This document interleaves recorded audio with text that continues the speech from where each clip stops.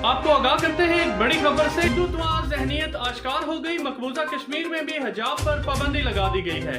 तलबात और उस्ताज़ा हिजाब पहनकर स्कूल न आए। बारामूला में काबिज़ इंतजामिया की तरफ से हदायत जारी कर दी गई। इस बारे में जानते हैं हमारे नुमाइंदा इरशाम रसूल से।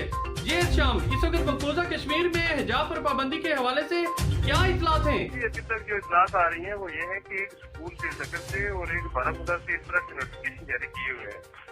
स्कूल इंतजामिया का सख्ती से तलबात साजा पर स्कूल आते हैं, स्कूल टाइम में हिजाब पहनने पर सख्ती से मुद्रमत का फैसला सामने आया है और इस मामले पर पूरा जम्मू कश्मीर या खिलाफ एहतजाज है कि कैसे हिंदुत्व नजरिए को जबरदस्ती मुसलमानों पर।